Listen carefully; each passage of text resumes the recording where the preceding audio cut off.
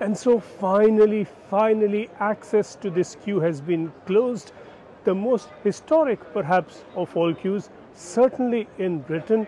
This country has seen nothing like this before. Much of the world has seen nothing like this before. And the build-up to this closure was coming over a period of several hours. And that, of course, because the authorities did not want people to set out from home, join the queue at the end, to then be told that it's too late. People were told in advance they must not set out from their homes because they're not likely to be able to join the queue. This queue has been closed on several occasions because there were just too many people looking to join it for them to be accommodated in the queue. That did not stop them. A second queue formed to join the first queue. Now, how much more British can the British get? And that second queue was just as disciplined as the main queue, even if it was not policed or managed quite as closely as this one. But this is a mark really of the veneration, the reverence for the Queen. It is a triumph for her, a tribute to her, very much more than the tributes in language, in words, from leaders from around the world or from within the country.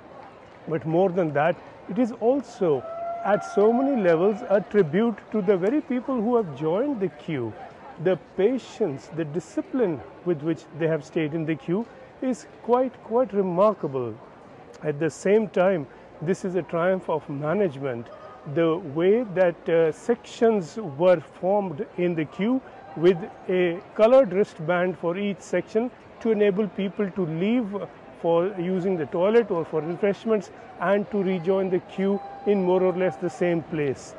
This has been extraordinarily well managed, and the people who have joined it have been extraordinary in the sheer discipline with which they have stayed there, and so many have joined. David Beckham, the great football star, joined at 2 in the morning, stayed in the queue for 12 hours.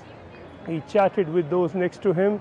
He posed for some selfies inevitably, but he said it was so important for him to be there. And other celebrities have come, and not to look for fame or photographs. David Beckham doesn't need that kind of publicity. This is an expression of a oneness among so many people coming from so many different walks of life, united in their grief for the Queen, united in their wish to go and in some way touch this moment of history. And all this in the queue, all these hours in the queue, day and night, and at night it has been cold, all this just to get a minute or less to file by the Queen's coffin in Westminster Hall. This is as fine a tribute as she's ever had in her life.